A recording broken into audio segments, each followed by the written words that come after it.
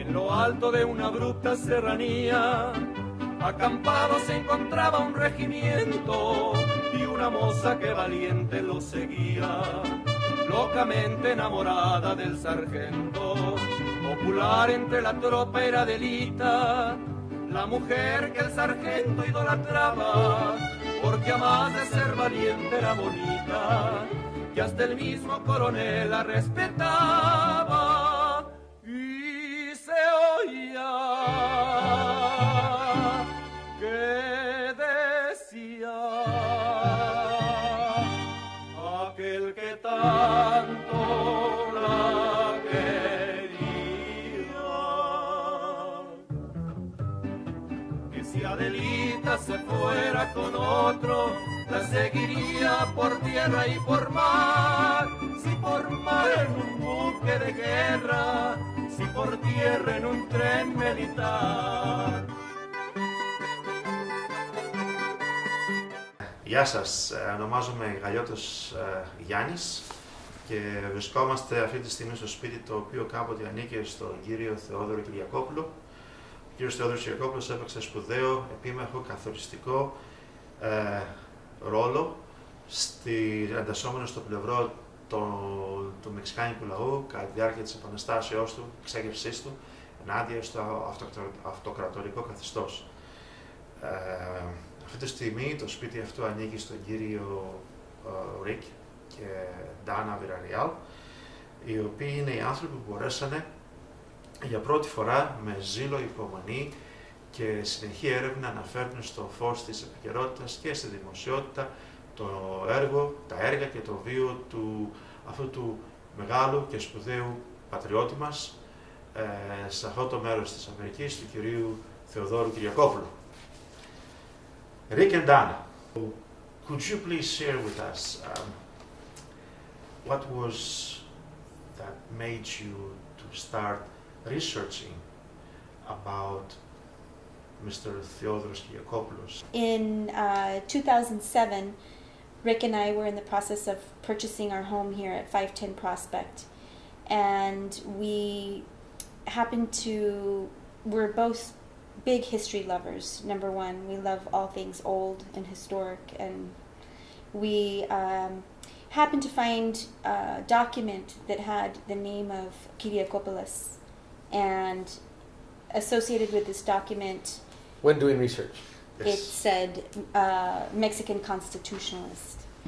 And so we basically decided that at that point we wanted to know exactly what a Mexican constitutionalist was, and how was this name, this unfamiliar name, associated with Mexican constitutionalist. So that was pretty much where it started. And the manuscript, the document we found was in Spanish. Right. And it's like, but it identifies Theodore, it says Theodoros Kiriakopoulos as the Mexican constitutionalist, and it goes on describing this. I'm like, honey, what's a constitutionalist? The main street coming into Sunset Heights is Porfirio Diaz, which is the disposed dictator. Yes.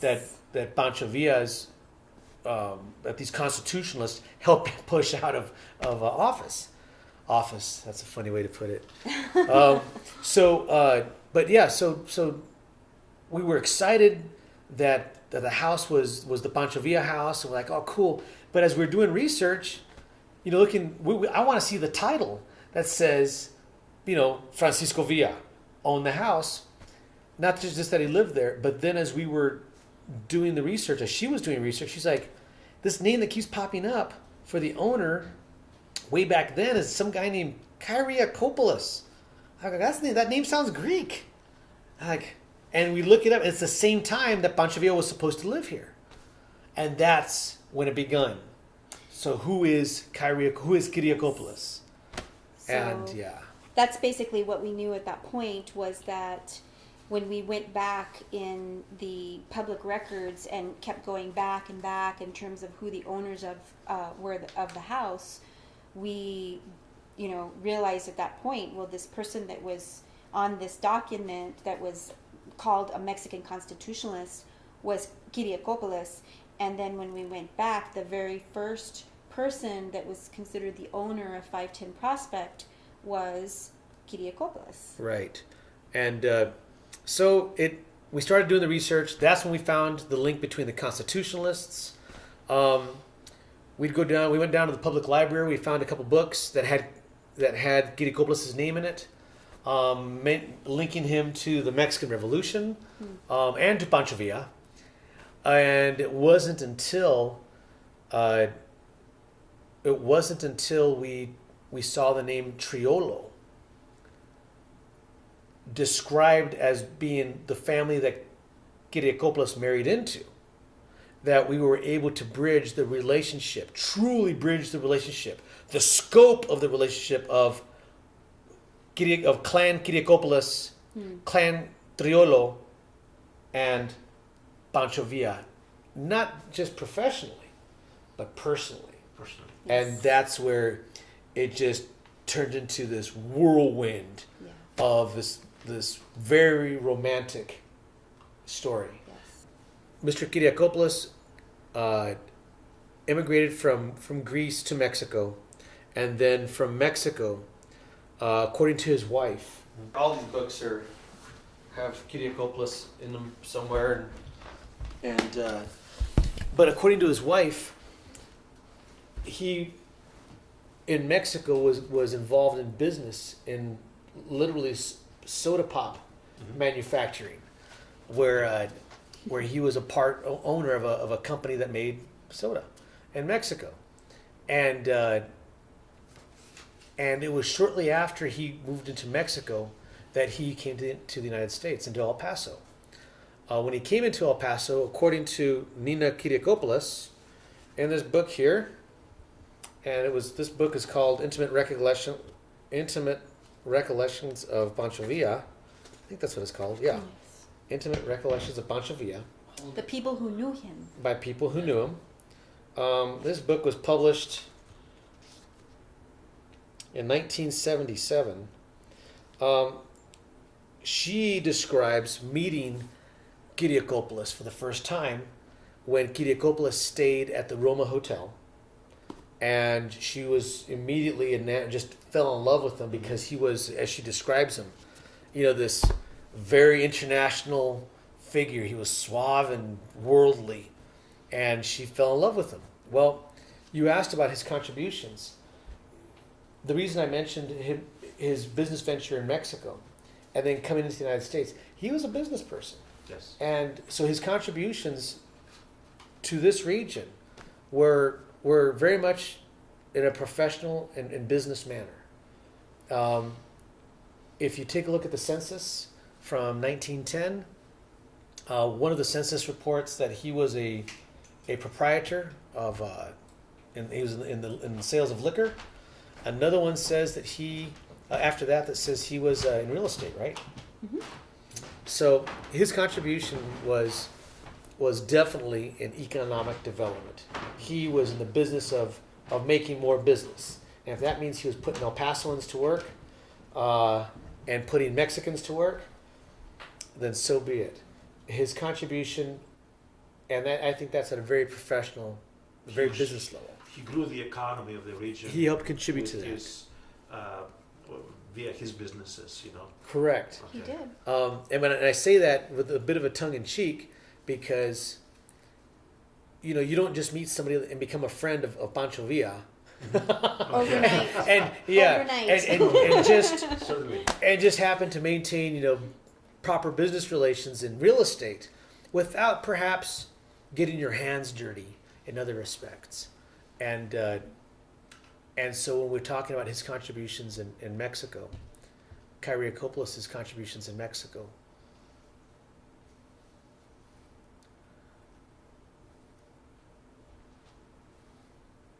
I'm gonna between us, part of me wants to elaborate deeply and say, dude, if he was not the one that sheltered Pancho Villa, this famous figure of Mexican folklore who still impacts the country of Mexico. Man, there are license plates for Chihuahua, and they've all got his face on them. I don't care if it's historians or cholos. They've all got shirts with Pancho Villa's. You cannot go to a Mexican restaurant in any part of the United States or Mexico and not see a restaurant that is called Pancho Villa's Place or Villa's Rincon or something. That is impact. And that impact of epic proportions would not have happened if Pancho Villa was not given safe haven by the Kiriakopoulos and Triolo clan. Would never have happened. In fact, Pancho Villa may never have happened. Kiriakopoulos' contributions to the success of the Mexican Revolution was impeccable. It was most profound. Because if it wasn't there, would there be a successful Mexican Revolution? Do you think? I mean, not as we know it today. Okay. No, I mean I'm sure in some tangent. Yes. You know, there's all these old books here in the house. So this book is called Along the Rio Grande. Okay, cool. And it's a fun book because this was written very innocently by Tracy Lewis. He finally published it in 1916. But it took him quite a while to put these stories together. I say it was written innocently because Mr. Tracy Lewis traveled up and down all throughout the Southwest and up and down the Rio Grande collecting stories. And he had stories about miners and bandits outside of different parts in New Mexico. He had stories about old military men from the American cavalry. Well, one day, this author stumbles upon, and this is a chapter called A Soldier of Fortune with Pancho Villa. Mm-hmm. He stumbles upon a guy named Dr. Jerome Triolo, the doctor of Pancho Villa, if you believe in coincidence. Well, in several history books, outside of any of these books, but just in history books in general that relate to the Mexican Revolution, you keep hearing over and over again about the fabled 9 horses and 9 guns and 9 sets of provisions that Pancho Villa brought with him as he distributed them to his dorados and raised war against General Huerta, who is now President Huerta after the death of Madero and Abraham Gonzalez. And so you read that in the books, but nowhere in the books, these history books, do you read where he got the stuff from. In fact, it's almost legend. It's almost just folklore. It's almost just like a fantasy that this Pancho Villa rode from El Paso, Texas, across the border with these horses and guns, and just traveled into the night, distributing these horses and guns to his dorados, his golden ones, as they raised the flag of battle again. How romantic. And it makes you question it. Well, so this book published in 1916, and we're talking about the impact. Yes. This author innocently interviews Dr. Jerome Triolo, who was the doctor of Pancho Villa. The name Triolo is the maiden name of Kiriakopoulos' wife. Nina Kiriakopoulos, her maiden name was Triolo. Her brother is Dr. Jerome Triolo. This dude, Tracy Hammond, interviews Dr. Jerome Triolo after the revolution. And it's Dr. Jerome Triolo in this book, chapter 33, in the very first couple paragraphs, says, yeah, I'm the general. I was the general's doctor. My name's Dr. Jerome Triolo. And when he was interviewed, basically asked him, what impact do you have? He says, well, let me tell you about the impact of my family. It was my father who gave Pancho Villa the 9 horses and the 9 guns. And all of a sudden, it goes from being this romantic, legend to being fact of what was the impact. What was the true impact behind this family, Kiriakopoulos Triolo. If it was not for Kiriakopoulos marrying into the family, bridging the relationship with Pancho Villa, guiding Dr. Jerome Triolo in this relationship with Pancho Villa, and that was during the first part of the revolution. Right. the second part of the revolution, which hurled Pancho Villa into this epic state where he becomes General Villa, never would have happened had it not been for Kiriakopoulos and Clan Kiriakopoulos Triolo. So why do you call it clan? Because it wasn't just one man. It was a family. It was a family. Family. A very tight family. Yes. So tight that when you begin to interview other descendants of the Kiriakopoulos family, as I'm sure you will, that you will find that to this day some of the secrets. So what we see here is, from what I hear from you, is a tremendous impact, effort, and merit that this gentleman, Mr. Theodore played in the success of Mr. Pancho Villa's revolution against, that government then to establish democracy that is now. And here we see three countries: Greece, the United States, and Mexico. And Italy. Sicily, yes. From Sicily, from Greece to the United States, and then playing a very a decisive role in this establishment of democracy in this country at the early stages of the 20th century. Yeah, it's truly fascinating when you think of it, because they didn't have. I mean, socially, El Paso didn't have the luxury it's got today. It doesn't have the paved roads. It doesn't have the any of the social structure that we've got today. And not just El Paso, any parts of this country, or even Mexico for that matter.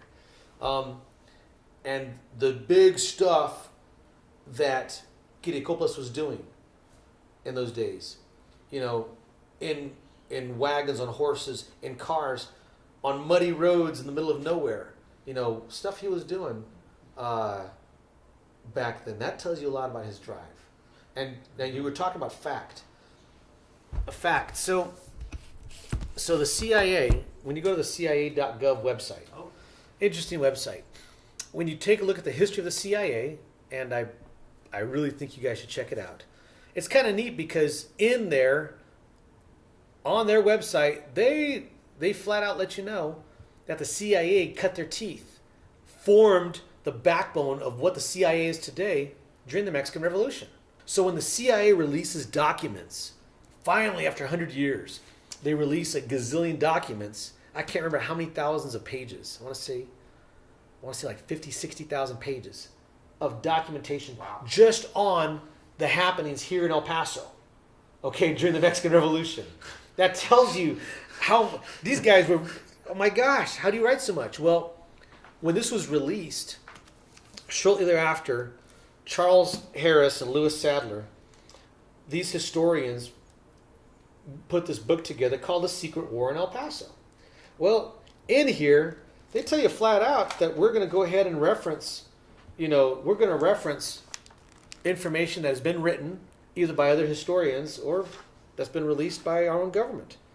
And in doing so, a lot of these that come from our own national archives and from the National Archives of Mexico, you end up getting a really far out picture, a deep picture on who certain players were during the Mexican Revolution. This book, which is nowhere near the only book we've got here, has over 450 pages of really well-written stuff.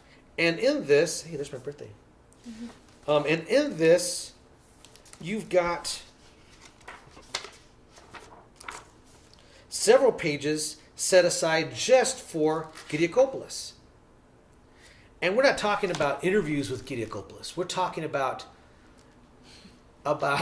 documents of them following him, of them, what is he doing? Why does he have a limousine in a neighborhood where people still have horses? He's got a Packard limousine. How does he have his own chauffeur? Who is this guy? What is his relationship to Pancho Villa? Because Pancho Villa is getting a lot of mail at 510 Prospect Avenue in El Paso, Texas.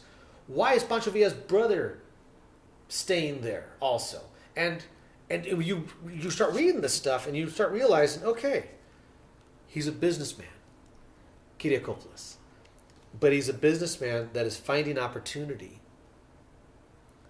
within the revolution and is making friends within the revolution that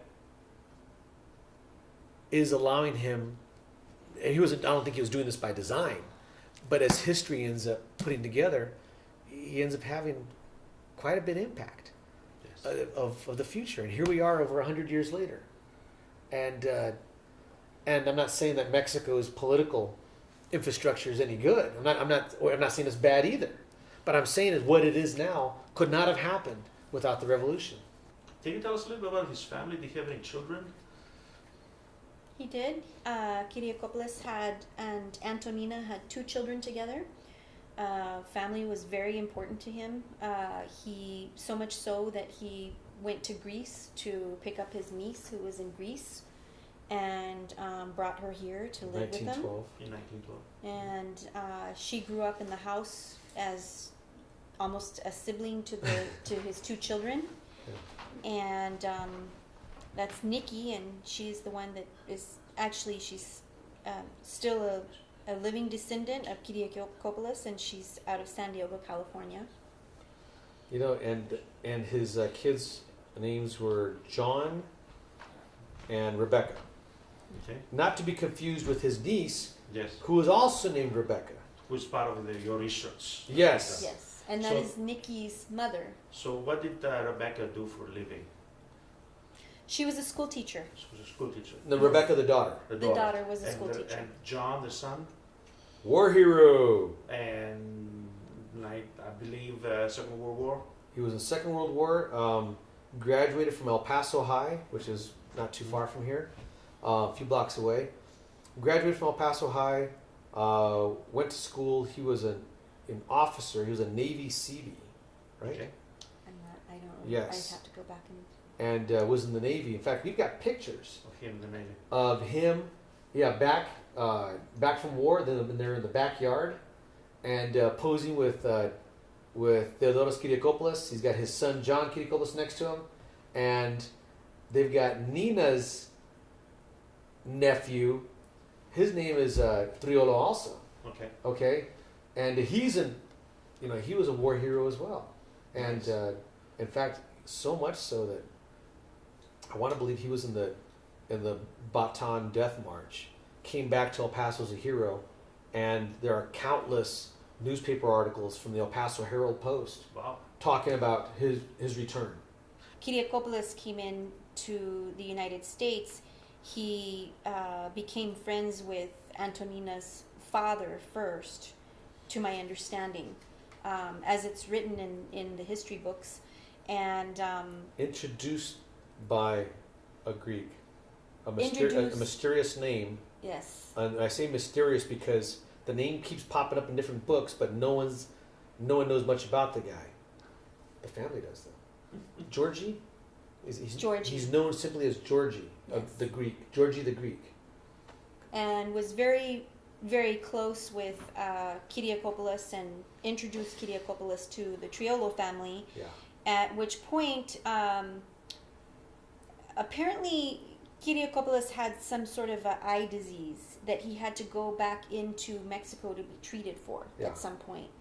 And according to Antonina, his wife, she stated that he wanted to marry her, and she was a little bit younger than he was, and he wanted to marry her, and she didn't think he was coming back. She thought, he's leaving and he's not going to come back. And he came back, and they got married, and they apparently, the Triolo family at that point put Kiriakopoulos in charge of the Emporium. There was the Roma Hotel, and then the Emporium, which is the Casablanca-esque, just as described. As in the movie. Yes, where revolutionaries, writers, people from all over the world, spies came to hang out. Bounty hunters. Yes, and so he ran the Emporium, and Triolo's family ran the Roma Hotel. So as they started engaging their lives and becoming, more involved in business and so forth, They lived there. I believe they had their children there, and at downtown El Paso at the hotel, and then they soon moved out. I'm not sure if 510 Prospect was their very first home. It appears that it was, looks like based it was. on the records, and started their lives at 510 Prospect. So, and this is where their children were raised.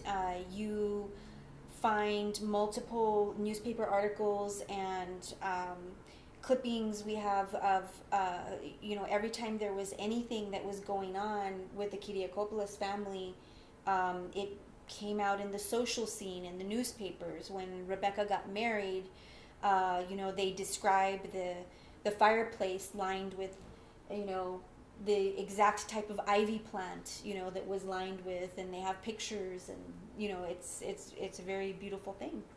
So they raised their children in the house, and business happened on a regular basis, and they brought extended family members into the house that became part of the family, and so much so that when Kiriakopoulos passed away in 1955, Antonina lived for a little while longer, up into the early 60s, I believe, and she, when she passed away, she went to Maricopa County, where Kiriakopoulos was buried. The entire family was buried in Maricopa County in Arizona, together. Well, tell us a little bit about his relationship with the Greek community here in El Paso. We don't know much about it. The only bit of information we've picked up is what we've read in the newspaper. Mm-hmm. So when you do research on the Herald Post, and you'll find just little tidbits, little segments from the 20s, the 30s, the 50s, where Kiriakopoulos was, at one point, I think he was head of the Hellenic Society. Okay. It identifies him as president of. Nina Kiriakopoulos, she was part of the Red Cross, and there they are during World War II. They're donating stuff and helping out the poor, and wounded soldiers coming in from landing in Bixfield. They're helping to take care of them and rehab them, and there's a picture of Nina Kiriakopoulos on the front page. Just they were definitely part of the social fabric here in the area. And of course, this is after the Mexican Revolution, when everything had started calming down. You start to see a picture painted a little bit more of who they were and what they were doing in El Paso. He was in real estate, and she was a socialite, and they were doing good stuff for the community. What these newspaper searches will also tell you, and this adds, we're talking about who they were, who Kiriakopoulos was. Let's look at these newspaper clippings, and let's also get a different feel, and not so much on who Kiriakopoulos was as the real estate and business professional, but let's go back in time. I think it's December 1913, the El Paso Herald Post. We found it in the Sacramento Bee and other newspapers. The Indianapolis Star, December 1913. Headlines: Mexican stabs Spaniard in El Paso hotel. Something to that effect. The Mexican was Theodore Kiriakopoulos. Remember, he emigrated to Mexico first before coming to the U.S. Right. When you read these newspaper articles, you find out, in this one article specifically, to give you an idea as to what kind of person was Mr. Kiriakopoulos. Okay? Well, in 1913, he was at a hotel.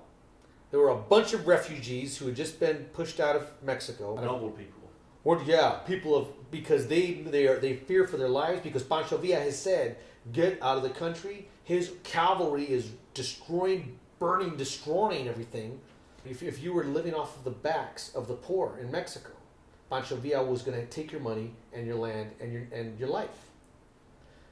And this is no exaggeration. This is in every historical book you find, or history book you find, on Pancho Villa and the Mexican Revolution.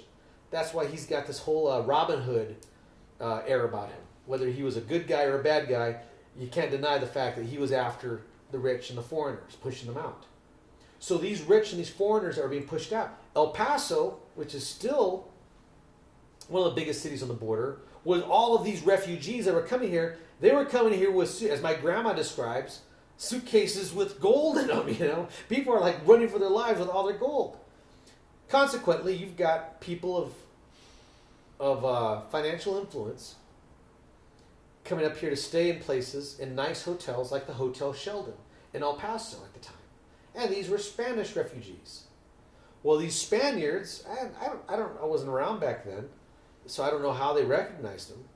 But in this newspaper article, these Spanish refugees who were at the lobby of this El Paso hotel noticed, according to the Indianapolis Star, one of the Spaniards recognized Theodore Kiriakopoulos and says, "It's a supporter of Villa. Lynch the supporter of Villa. I was making a ruckus. There's a supporter of Villa." And as all the Spaniards are becoming riled up, he's one of the supporters of Villa. Lynch the supporter of Villa was the chant. It is reported that Theodore Kiriakopoulos takes his knife out and begins cutting the ear off of one of the people making the chants. And then, of course, is escorted out of the hotel. To give an idea as to who this guy was. So yes, a businessman. A prominent businessman. But back then, you could not survive without being able to hold your own as a man. Different eras. Very different era. We can't forget that we were living in the Wild West. Yes. Still the Wild West. Yes. And he... Lynch me? I'll take your ear. Yeah. Yeah. And he was also a fighter in the sense that he was immigrating to the United States, and now he has a whole other country of people who are being pushed out of another country coming at him. And, I mean, there's a big fighting sense in there. And his life was in threat. My life is being Let's threatened. me what? In the Old West, what do? You defend yourself. You defend yourself. And you show an example. Yeah. Yes. Be you a supporter or not, you're going to protect yourself, right? Now there's something else I want to add, and I'm really glad this is going on film, because in part of our research, and maybe whoever watches this can further this research. In part of our research, we found a ship's manifest. The ship that came over that apparently had Theodore Kiriakopoulos. It was a ship that didn't come directly from Greece. It came from Pretoria, South Africa. And what's really ironic about that is Pretoria, South Africa was just in the last stages of the Boer War. And at the age that he traveled, he wasn't a little kid. He was already a seasoned, and he wasn't a man in his early 20s, but he was already a man. Mm-hmm. And coming here from South Africa, who was a nation that was already ravaged by war between the Dutch and the British, could he have been a mercenary? Could he have been in South Africa as a mercenary, finding out that the drums of war are starting across the ocean in Mexico, and now he's coming over here to find out how he can help again? I'm just calling it how I see it, because if it were me, and if I was somebody of heart, and I am a big heart and passion, and I am also a business person, that if I can do both, help a struggling nation, help a struggling side, and still create business opportunities for me and my family, I'd do it. So, just a little something. Was there love between Tina and Theodore? They love each other when they met. Yes. She is just in her recollection, not just of her story about Pancho Villa and their family, but when she reflects on her husband, it's just you can feel the hearts coming out of the pages. I mean, she was in love with him. Our in-depth research, after we found out that Kiriakopoulos was the original owner of the house. So you search in the internet and all that. And that in beginning with El Paso, with the El Paso's county records is where we found the name Kiriakopoulos. Well, from there, the research dug in, got us in deeper into the internet, just looking for the name Kiriakopoulos and what we could find out with it. As we dug deeper into the internet, looking for the name Kiriakopoulos, and anything associated with Kiriakopoulos, that was, in any regard, in any respect. So the first place where we started finding a lot of success in our research was in old newspapers here locally. The El Paso Herald Post was one of those newspapers, and those reporters covered everything. I mean, it didn't matter if it was whatever event it was that was related to the Mexican Revolution, those reporters were all over it. So nowadays, when you jump into a newspaper archive online and you do a keyword search, Kiria, not even Kiriakopoulos, Kiria, search Kiria and see everything you find, because not every time did the newspaper spell Kiriakopoulos correctly. Sometimes they would add an extra O, or maybe, not every editor was well versed on how the name Kiriakopoulos or other Greek names were supposed to be spelled. So, and plus there were times where they would often abbreviate the name. So if you in just searching Kiria, Theodore Kiria, Theodoros Kiria, T Kiria, you'd find a wealth of information, anywhere from, starting at around 1911, almost into, well into the 60s. But some of the stuff we'd find early, I had mentioned before about Theodore Kiriakopoulos, being caught in this hotel scuffle with a bunch of refugees from Spain. When he cut I mentioned that, but you'll find other stuff where in these newspapers where maybe he was detained and questioned by local law enforcement for different happenings, illegal or otherwise, that he may or may not have been involved in. And so this gave us a picture about Mr. Kiriakopoulos, that maybe he wasn't super saintly, that maybe in working with Pancho Villa and the other constitutionalists, that just maybe he was prone to getting his hands dirty. So we found out early on, yes, he's a business person. We also found out early on he was not afraid to get physical, and some of the research we found, for example, several books that you might pick up will all point to Pancho Villa and his Battle of Juarez. Well, there are some court documents.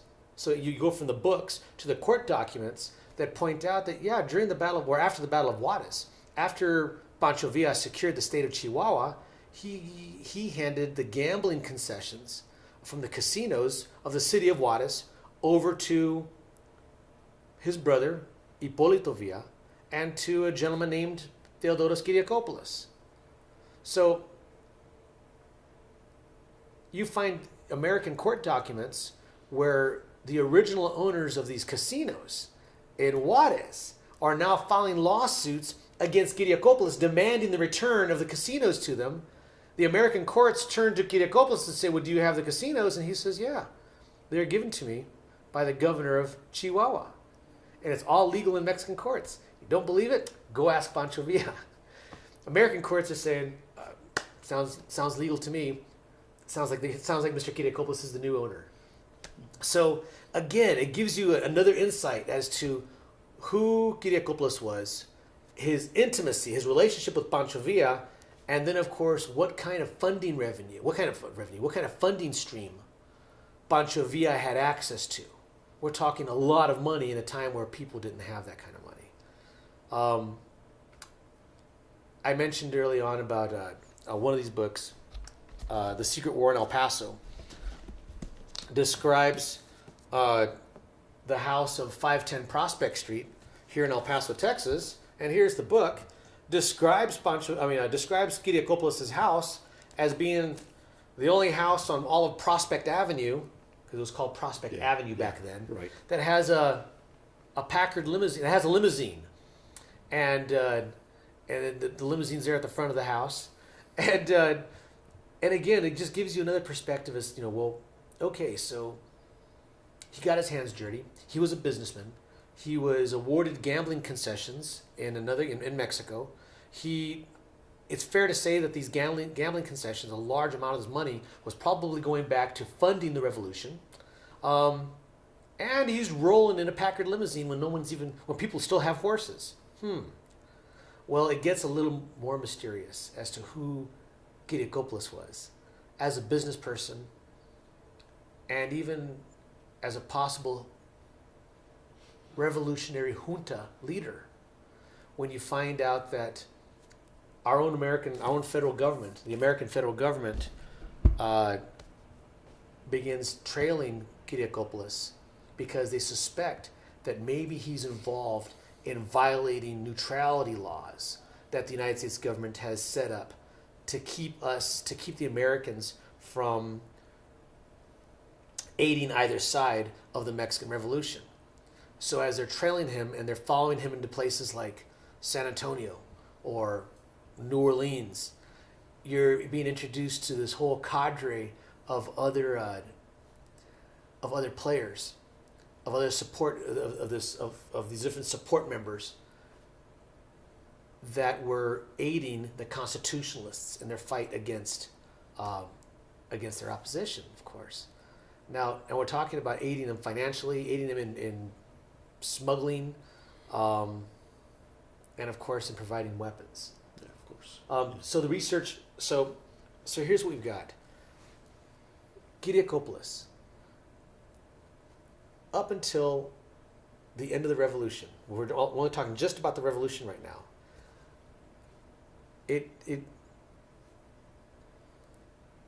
During the revolution, Theodore Theodoros Kiriakopoulos, is identified by different sources, whether they're from the federal government or maybe they're historians, but he is labeled, Theodore Kiriakopoulos is labeled as a smuggler of people across the border. In one book, in David Romo's book, Ringside Seat to Revolution, they describe Kiriakopoulos as being a smuggler of Greeks and Syrians into the country. Okay, well, other books like The Secret War in El Paso, you'll find a title bestowed upon Mr. Kiriakopoulos as being a financier to the rebel junta. In other books, you'll find him identified as a bondsman, a bondsperson, somebody who would actually go and bail people out of jail who were fighting on both sides of the revolution, which is really strange. I mean, I can see if he's supporting the Vista side, bailing some of his colonels and some of his leaders out, but why would he be bailing out the opposition's people? Well, when you dig into some of the manuscripts and some of these documents that have been recently released by the federal government, by our federal government, stuff that was previously classified over the last 100 years, you'll find that some of these agents that Kiriakopoulos bailed out of American jails belonged to the opposition of the Villistas, were often found dead on the Rio Grande just days after they're being bailed out. Theodore Kiriakopoulos responds when he's questioned, they got away from my custody. I don't know what happened to them. They died somehow, not by my hand. Don't know what happened to them. So it paints that picture. Now, when you read books like Intimate Recollections of Pancho, and you've got his wife Nina Kiriakopoulos being asked questions about her husband, and how did your husband take Pancho Villa's death, in 1923? How did that impact him? We're talking about two families, the Kiriakopoulos family and Pancho Villa's family, his immediate family, him, his wife, and their and their little ones. We're not talking about, a couple of wives that didn't know each other.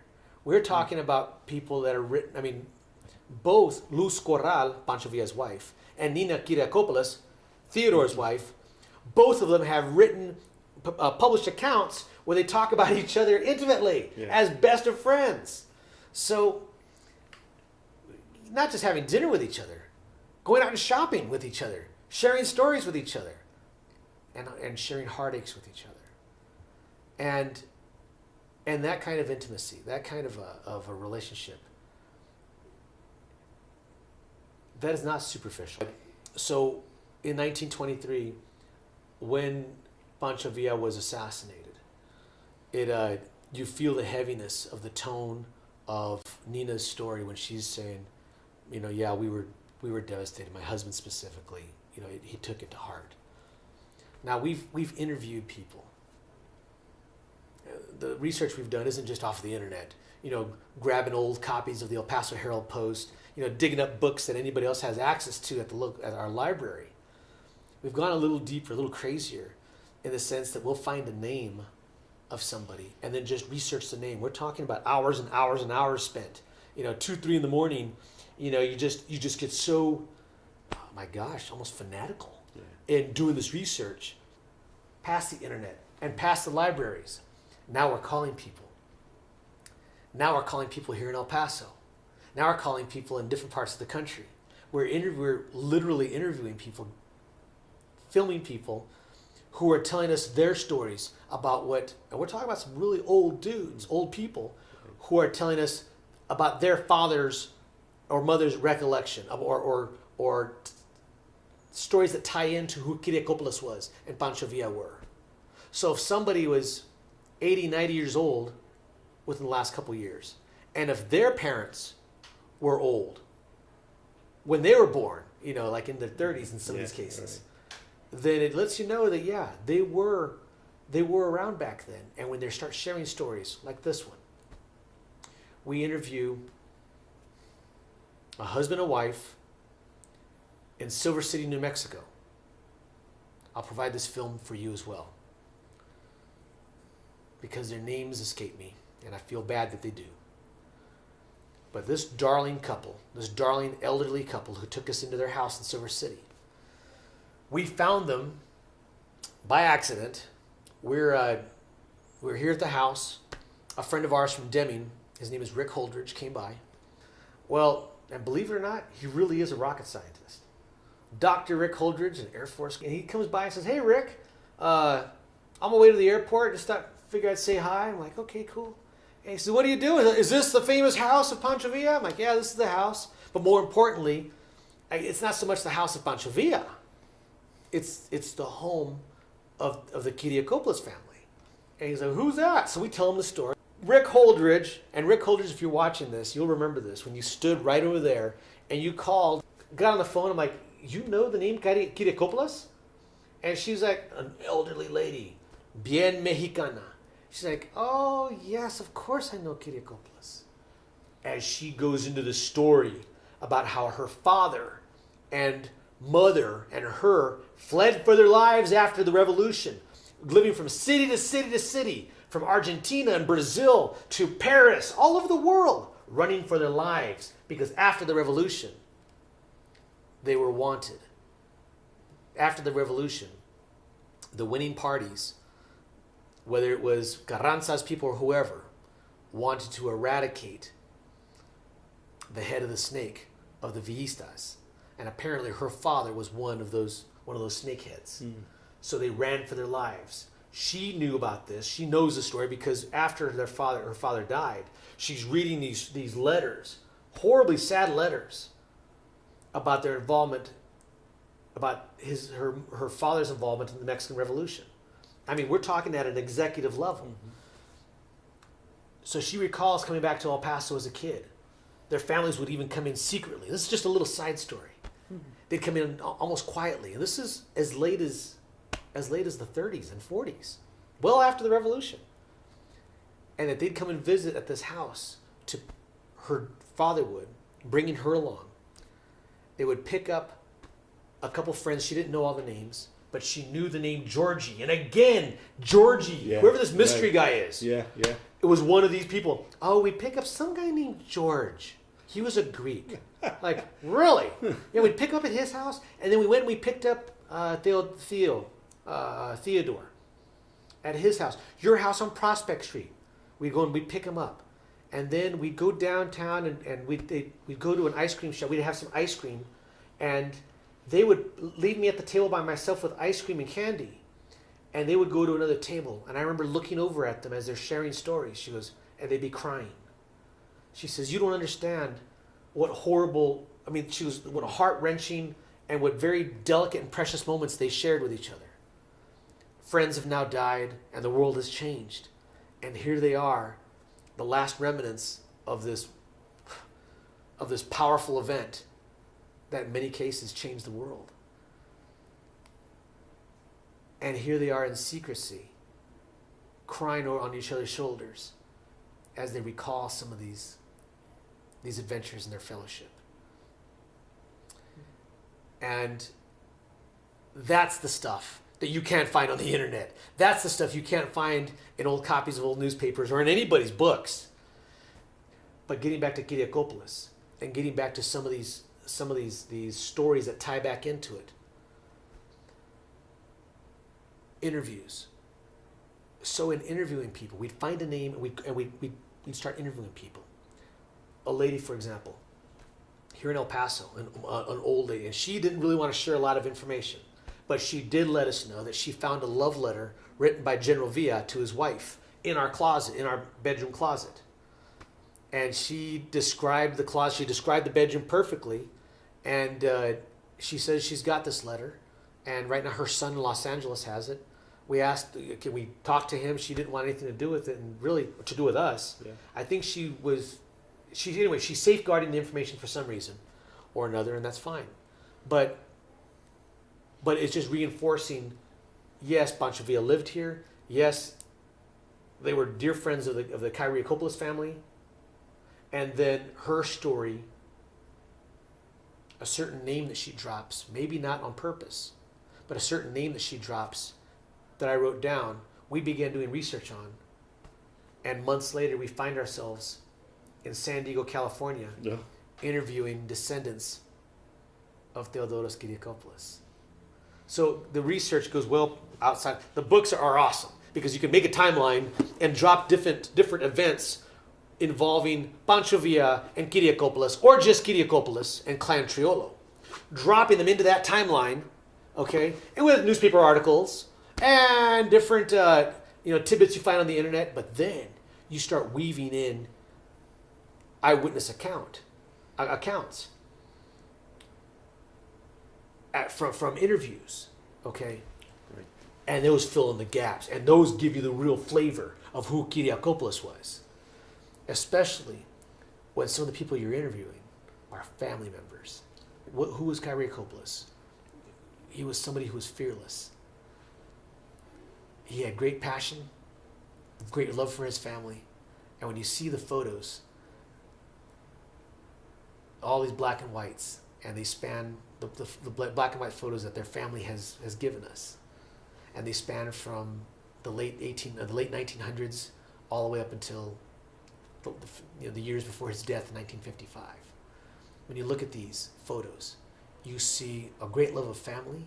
There's great passion for, no doubt, his family and his people, but there's also great passion in following his path of heart, which is business.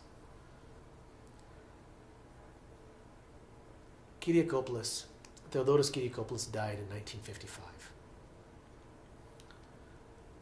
On New Year's Day, in the morning, right down here, right down the street, right in front of the church, he was run over by a car. Crossing the street, Theodoros Kiriakopoulos died in an unnatural way in 1955 on New Year's Day in a relatively empty street in front of a church, well into his 80s. He died a man that was comfortable with his family and comfortable with his business. So much so that he reportedly would give his gifts paintings. In one instance, a Renoir. That couldn't have been too cheap. No, it couldn't. And you'll hear other stories from the families about that kind of generosity and the people he surrounded himself with. So, in 1955, in his 80s, Theodore Kiriakopoulos died a figure in history that may have actually been one of the biggest unsung heroes in the continental Americas.